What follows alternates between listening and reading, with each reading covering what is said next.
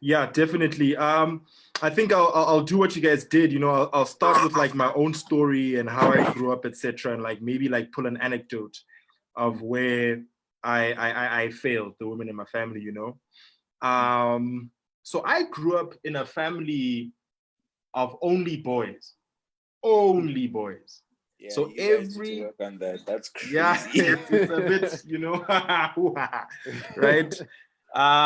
So all of my grandmother's children, Yeah.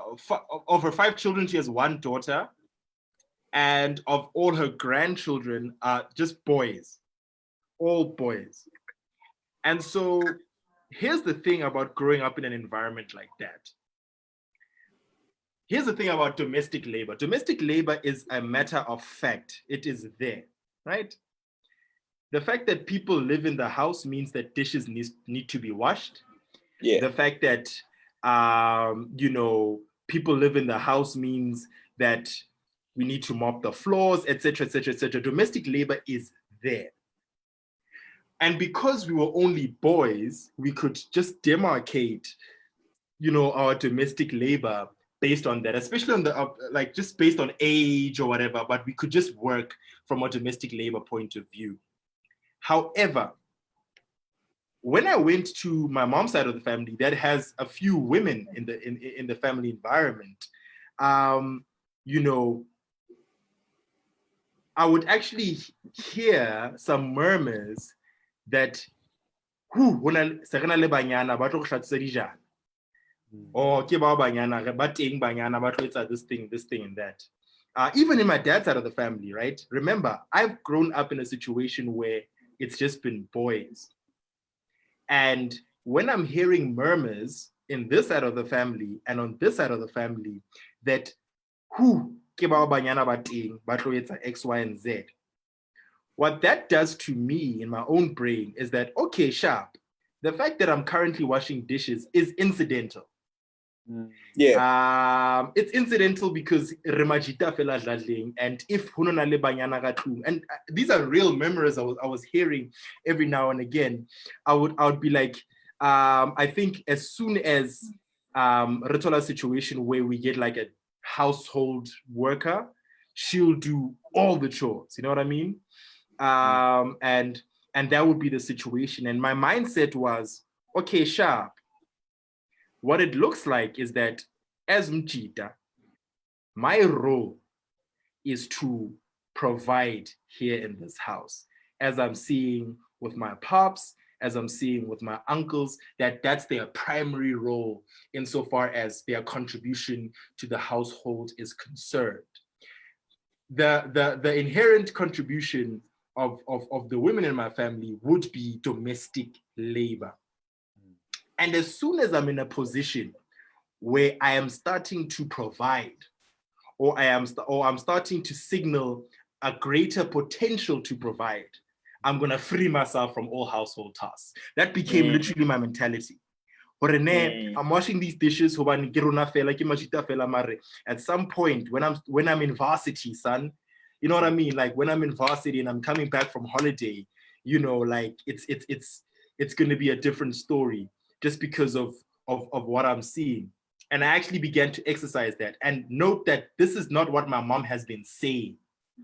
I've been hearing murmurs from elsewhere, from other family members that aren't my mother, right? My mother has actually been assigning these roles deliberately, even even when we had a domestic worker, and we still do have someone that helps Kunklum, but she had always assigned tasks to me. But the way I calculated it was that no man, it's temporary. It's because maybe she wants to teach me a lesson or whatever. But at some point in my life, this will not be a feature of my life anyway. Sharp. So I go to varsity, né? And now I'm about to activate this mentality properly. I come back December 2015. Was it 2014 or 2015? I think it was 2015. I come back December 2015, and mind you, and I'm actually quite ashamed to say this because at the time it's post roads must fall and fees must fall. So you would expect some level of conscientization to have happened, or at least really stamped itself into my consciousness, but not really. I go back home, and I've got a couple of girl cousins that come over, right? And in the house, we had a situation where we had many cousins over, and about 5 of the cousins were girl cousins. And it was me and my little brother, the only boy. So as gents, me and my little brother, who's 9 years younger than me, were outnumbered. Yeah. And I didn't lift a finger, bro. I didn't lift a finger. I was like, here they are. You know what I'm saying? Here they are. They're going to wake up in the morning. And plus, I'm firstborn. So now I'm exercising all of the privileges, like in full throttle. I'm firstborn and I'm a boy child, right? And so all I'm going to do is wake up in the morning, wake everyone else early, and I'll just dictate what the chores of the day look.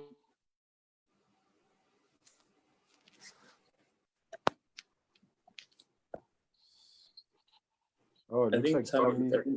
I think he died. Looks like his connection is a bit unstable.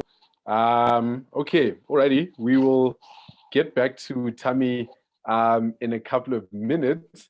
But yeah, I think this discussion is quite, it's one of those things that like you never quite get over. And I think that's what we're trying to get across in these chats, is that because what I appreciate about Tammy's story, it starts off from childhood, moves all the way to teenagehood and all the way into his 20s. And these are battles that aren't won yet. Like they're still, oh, Tammy, are you back on? I'm back on. You know what I think I'm going to do?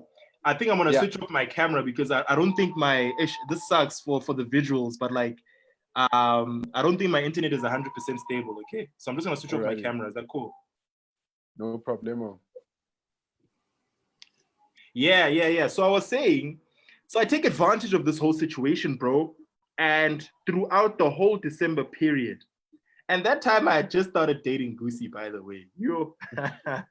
So she actually doesn't know I was doing this.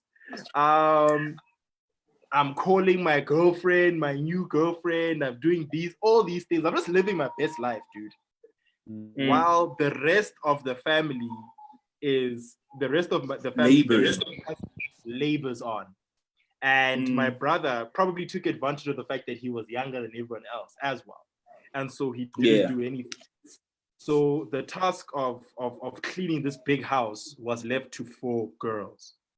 And every once in a while, my mom would do it. And in my mind, I was like, guys, I'm about to be a provider. I'm high potential. Cut me some slack, dude. I just made it into the SRC. Come on. I just come from the battlegrounds of Fees Must Fall and Roads Must Fall. Get off me, son. You know what I'm saying? If anything, I deserve a break. I've been working. Yeah. You know, in my mind, that's what I thought I was doing. Whereas I'm perpetuating a very, very violent cycle where these young girls who were teenagers and preteens were being conditioned to believe that what their role is to work, and part of their role is to kind of ensure that their big brother, who's me, is satisfied with the condition of the house. And I was actually behaving like that, right? I'd come out of like a long phone call with my new girlfriend, who's now my wife, and be like, hey banna, this and this and this and this, it didn't happen in this house, etc. You know, and it's really shocking, just like the levels, just how badly we tend to want to hold on to our privilege. But this is when things started to change. And much like, you know, what I was saying last week, things started to really change in a tangible way for me, and the way that I look at things with my own wife, right? With Busi. And Busi was calling me out actively, man. Actively. Every time I was on some bullshit about like her doing XYZ for my benefit. You know, and like I really had to have those conversations over and over again, because for the first time in my life, I didn't conceive of a situation where as an adult, I would be accountable to someone. I didn't conceive of that kind of situation, because I thought, just by looking at the way all the families that I'm surrounded by run, the man is at the top and is accountable to himself. Mm. So when Busi was calling me out, I think at the time perhaps my consciousness was kind of ready for it because I had already engaged in the literature, and that really, really did help. But then the process of reforming really started because I was like, it was like a set of conditions in the relationship that you and I are equals, and whatever we need to do in this household, we're going to be doing it on an equal basis. And everything will therefore be negotiated because you respect my rationality, my dignity, and my sense of purpose in life, and vice versa. And my sense of purpose cannot be simplified to my ability to wash these dishes, to iron these clothes, and to do this laundry.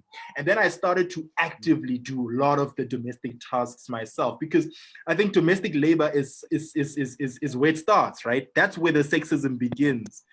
Apart from the utterances and the murmurs, because domestic labor is a form of preparation for real life competence.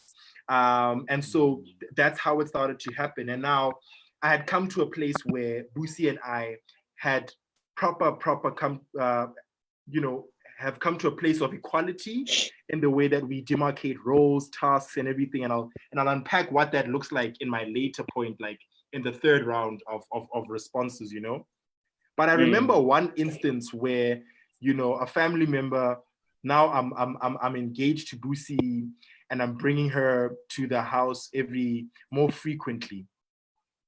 And I'll never forget this. And now my mentality has largely changed, and I'm fighting this bad socialization that I just come from, and I'm just installing this conscientization sharp.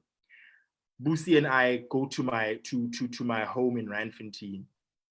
And remember, my mom doesn't gender household tasks necessarily, right? She doesn't really do that. It's not really her thing. But this day in particular, I remember there was an in-law. This guy had just become an in-law in the family. He had married one of my aunts, right? And oh my God. And I remember, I won't forget it. We were watching some lame Liverpool game, bro. That was back when Liverpool was not even managed by Jurgen Klopp. That was the crap Liverpool. You know what I'm saying? Yeah. Before Liverpool was anything we could take seriously at all. And so we had just eaten, and it was time to wash the dishes. So I stand up. Busi and I stand up to go and wash the dishes. And my this new uncle-in-law says, "Hey Joe, where guy?" Like says it like point blank in front of Busi, in front of my mom, in front of everyone in the house, in front of everyone. "Hey Joe, where guy? Kere ke kitchen. Arolo etsang kitchen. Kere ke lo hlatswa dijana." Ara how? A ke re tlo nyala Busi. Ke ena tshwantse a hlatswe dijana. He says it 9-9, bro. He says it like proper. Ke ena a tlo hlatswang dijana. A ke re tlo mo nyala. Dula fatshe o shebelle bolo. So I'm like, no. Mo nna ke dulang le ena. Re hlatswa dijana re le two. Right? Ra di ke a mo thusa. Wa pheya ke di hlatswa, ke a pheya wa di hlatswa. Like I had to stand up to him in the moment. You know what I mean? Like I won't lie, I wasn't like stern or whatever. I was still super respectful, but I just had to make him understand that, dude, this is the arrangement that me and Busi have, and please respect that. Also, you just got here. You know what I mean? You're new, bro. What the hell? Yes, see, but I think it's the fact that like he had so much space to say that. As a new guy, scary part. As a new guy, because he's a man and he paid lobola and all of these things were, because lobola again is associated with the buying of labor more than it is associated with a strong symbol of being able unifying to build of families. household and unifying families. You know what I mean? It's seen as a purchase order, if anything. And so he comes with that purchase order mentality into the family, and he tries to perpetuate that. But I think what scared me is the fact that he had the space, so much space, to be so bold and brash in the action. And again, on some, hey, this guy, are you about to undignify yourself like that? You know what I mean? And allow this young woman who has hands that are made to wash dishes not to wash dishes. You must be out of your damn mind. And so, you know, I think it was from that moment, because again, Bongani, just back to your question, you know, it's easy from a theoretical point of view to say that you are redefining family and gender roles in the family, one. Two, it is also easy to do it in your own nucleic space. So Busi and I lived together, and in our own little nucleic environment, we had our own wonderful progressive arrangement. But where for me the task really started was when I was confronted by that uncle. That's when the task of reformation really started, because it needs to, and the fact that it happened in front of so many people was a blessing, because it was an opportunity. It was actually an opportunity for me to fail Busi. That's what the setup was. The setup, it was set up so I can fail her and be like, yeah, hey, sure, man. Hey, Busi, tama, untlele biri da ne. Yeah, hey, man. Hey, man. Yo, Liverpool, or ring deck card. You know what I mean? And all these shit players, you know. But like, yeah, that's when it really started, and I think I'll unpack more of that in the next round of responses. Yeah. Can I just add something to that? Isn't it crazy how, like, hey, I've been working is you know, is an acceptable response for us. But if your mother's to come home after a long day at work and must say, I've been working, there's only an extent to which we'll value that, right? Yes. She might, and I'm so guilty of this myself. You know what I mean? Like it's oh my man. But anyway, yeah. It's quite ugly. It's quite ugly. Hideous. Yeah. No, thank you so much for sharing that, Tammy. Like I said, the perspective is quite an interesting one, because a lot of us are coming of age right now, and a lot of young men are watching this, and you know, a lot of young dudes don't realize that they whatever their political leanings are or how progressive they are could either go out the back door as soon as they have to engage with their family, or could be emboldened if just they had the courage to stand up for their beliefs as well as for their partners in their families. And if it's a muscle that you're not exercising from this age, then marriage or putting a ring on someone's finger isn't going to be a magic pill that makes your uncle start respecting you. So if you are a coward on Tuesday, you get married on Thursday, you're going to be a coward on Saturday, a coward on Sunday, and for the next 75 years of your life with that person, you're going to be a coward. And I think it's great that you've highlighted the fact that this is something you had to engage when you were still engaged, right? Right before marriage. And you were set up to fail. And if you had failed in that moment, that would have defined your marriage forever, especially with the new guy, right? It's not even like your grandfather or your favorite uncle. It's a new guy coming in, which now opens up the room for patriarchy to fester in your marriage. Whether you are directly enabling it or not, you automatically become an agent of that. And I think a lot of young men who are thinking of building families really need to start thinking of what type of man am I going to be on Tuesday in preparation for Thursday, Friday, Saturday, Sunday, and the rest of my life. And I think those are the type of things we need to start taking away. Gentlemen, in the interest of time, what I'm going to do is combine because we did promise people 7:45. But let's just for a few more minutes, let's combine our conclusions with our final sort of challenge to men. or our final speaking points to men in the space of like maybe 5 to 10 minutes. So yeah, we'll start with you, Tammy, Tumi, and then I'll give my closing remarks after that. And hopefully in the next 10 minutes, we will be done. Okay. Yeah. Yeah, man. So I think from my point of view, I'm going to speak from more of the perspective of starting a family, because that's where I am in my life right now. And we must note that I am 26, I'm a millennial, and I'm on the route of reformation, learning and unlearning. That's a very important thing to note, because I think there are many young men that are on this path but don't know how to apply it in their daily lives, and might not, and just need to see or hear it from someone that's currently doing it. Number of points I want to make. The first one, it should go without saying, but we're not there yet as a society, so it has to go with saying, you are equals in the partnership.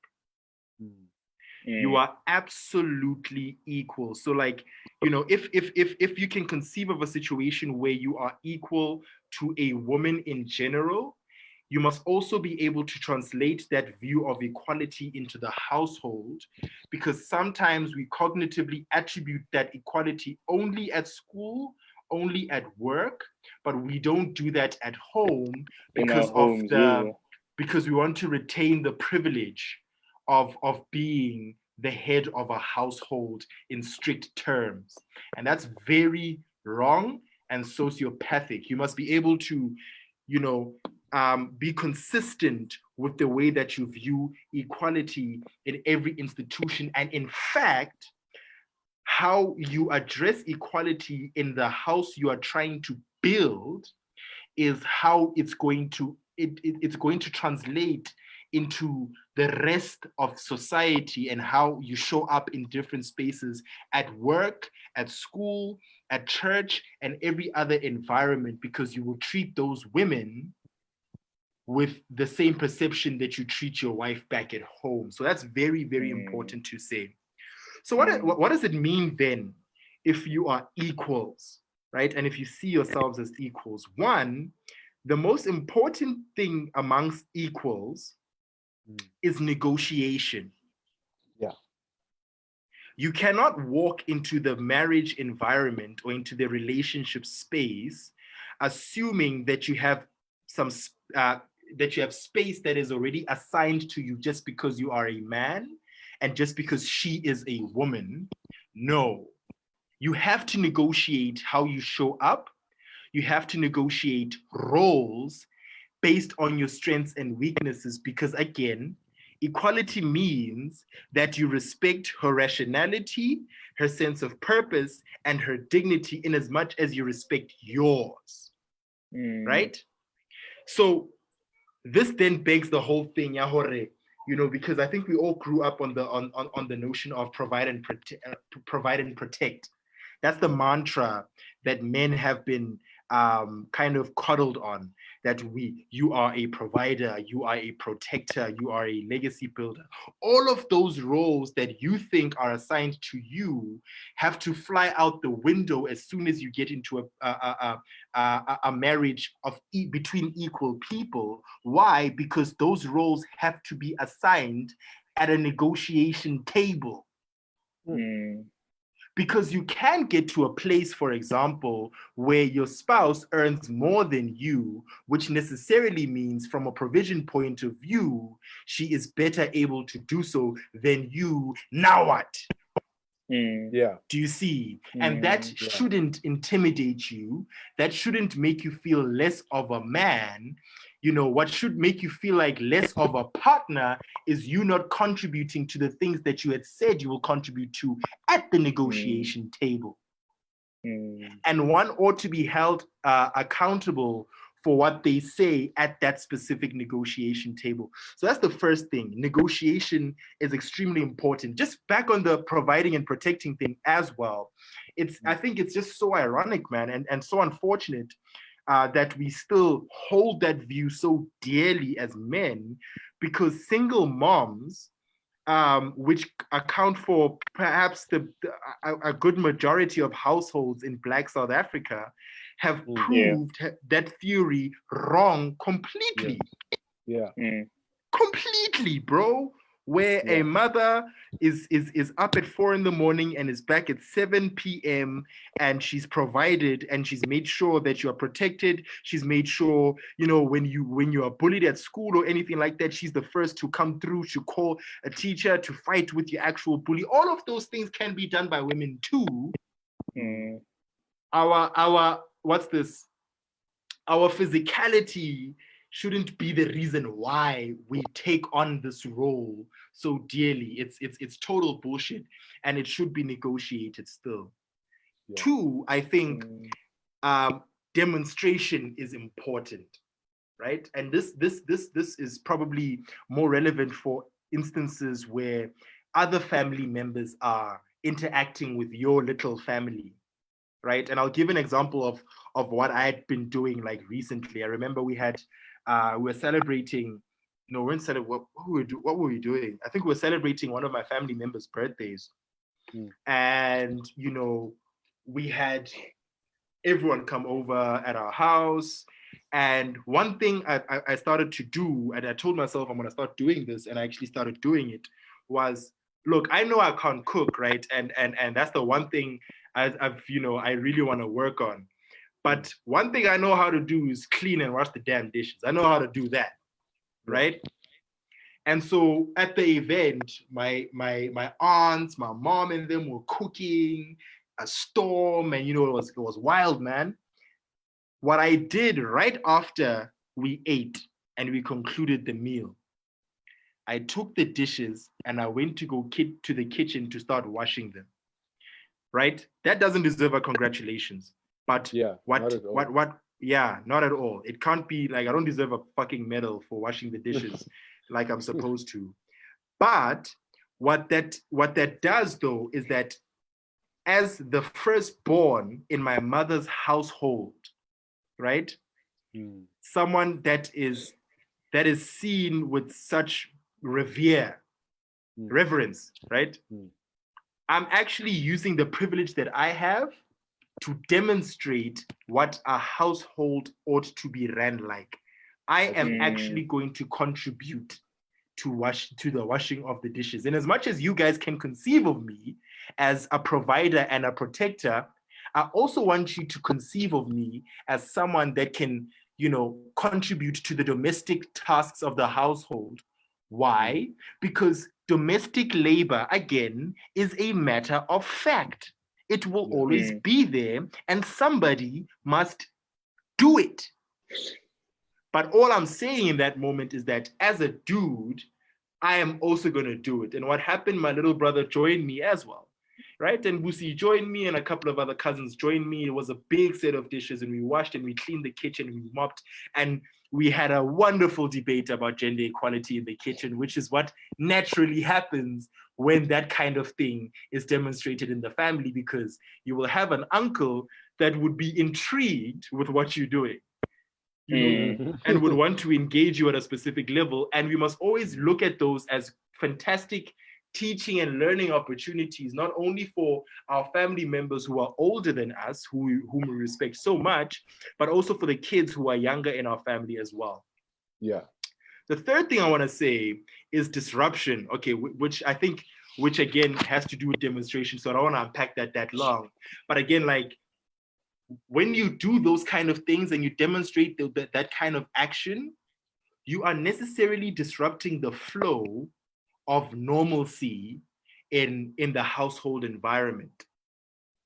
And gents, because we are at this age, we are in our 20s, we let's not sleep on the amount of privilege we have to disrupt the flow of things in our households, whether at a broader level or whether at a micro level, because of how we're being perceived right now. We're perceived as people who are going to be future people who hold, who are going to be heads of households.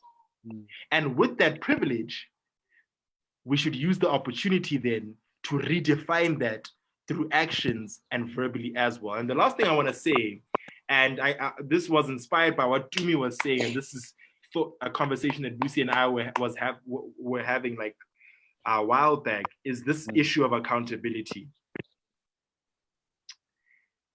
Everyone is accountable,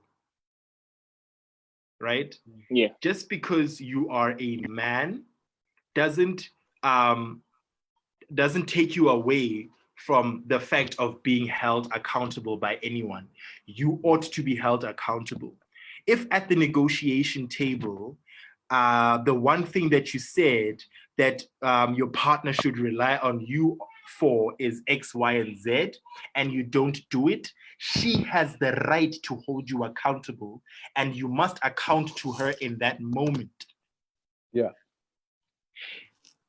You shouldn't feel like your word is law and sacrosanct. It isn't at all. And I think I've really largely seen and grew up in households where the men are accountable to themselves, and the children are accountable to the mother, and the rest of the children are accountable to the firstborn child, which is totally problematic and absolutely toxic, because again, it paints a very strong picture in a child's mind for who is valued more and why in specific instances. So accountability is the only way any of this can be achieved. That's what I gotta say. Alrighty.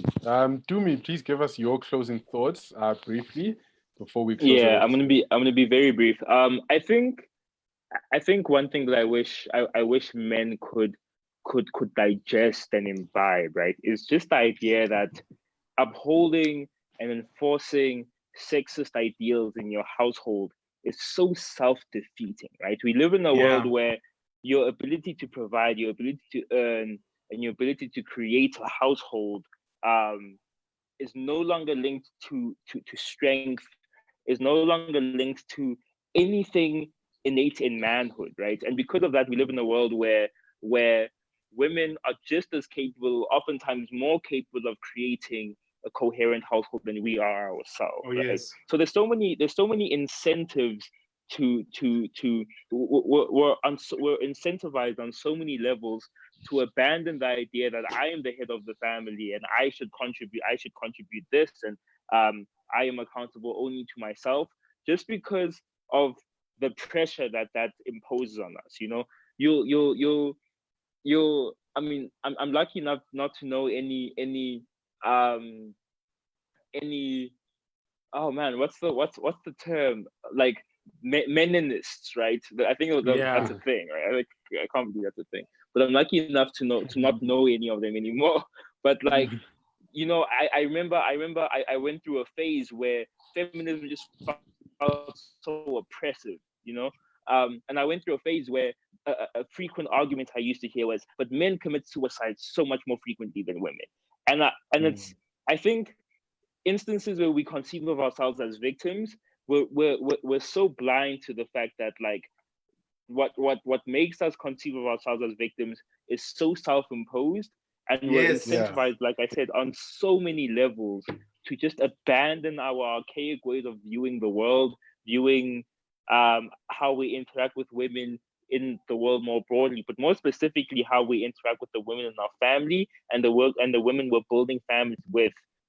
We have so said, he just died. We have so many incentives to just to reform our household and reform our households in terms of the ones we come from, the ones we're building, and establish them on egalitarian terms, right? Oh, yes. So I think I hope that's the one thing that, like, men listening to this discussion take from it. You're not doing anyone a favor by upholding obscure sexist and patriarchal ideas about how to form a family. If anything, you're imposing ideas that function at everybody's detriment, including yours. So that's the one thing I hope men take from this discussion. All right. Gentlemen, thank you so much for making time today, for being extremely vulnerable about your life experiences. And again, to the men watching this, the point of this platform is for us to share our stories and to make sure that you're able to relate to some of them. Whether you think you're a good guy, if you think you're evolving, or you don't think you need a platform like this, chances are you do need a platform like this. So I really hope, yeah, all of us. I really hope that you're able to take away a lot from this. And remember, the goal here isn't to leave men feeling comfortable. Tammy has just given all the men who are building families a very serious challenge to set an example and disrupt how family events work, how households work, and how that's not going to be easy. Chances are you're going to be ridiculed. Your uncles won't invite you to share a beer with them if they see you putting on an apron and helping out in the kitchen. You will lose a lot of points, a lot of masculinity points in your family for standing up for what's right. But that's the fork in the road moment that all of you as men have. Do you want to protect the fragility that protects your identity and your stature in the family?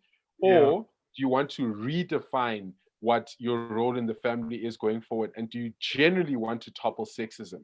And again, this is one of those things where even if you don't do it sharp, no one will find out, because no one knows what happens in December. No one knows what happens at family events. But as Dumi said, it's so self-defeating, because one day it will catch up with you. If you are comfortable keeping the status quo as is, not doing domestic chores and helping out in the kitchen and stuff, because you're happy to be seen as the provider who ought to rest and sit down, the day you're not able to do that, right? The day you're not earning as much, the day you don't have a good job, the day you can't patriarch proper, the day you can't patriarch properly, patriarchy will catch up with you, and kill you. That's when you learn, literally, and it is killing men as we speak. It'll catch up with you, and you'll regret the time when you had an opportunity to redefine what it looks like in your family and simply chose to enable it. So this challenge is not a comfortable one at all, and I'm not trying to center it on men, because we're not just doing it for ourselves. But what I'm saying is, even at your most selfish, it will chow you. So let's go out, let's do the work, talk to your uncles, lose those points. If they don't invite you to have a beer with them, that's okay, right? What you're doing is bigger than them anyway. And they also don't live in your house. So they don't live in your house, so you don't need them like that. So that's the challenge that we're posing for men out there.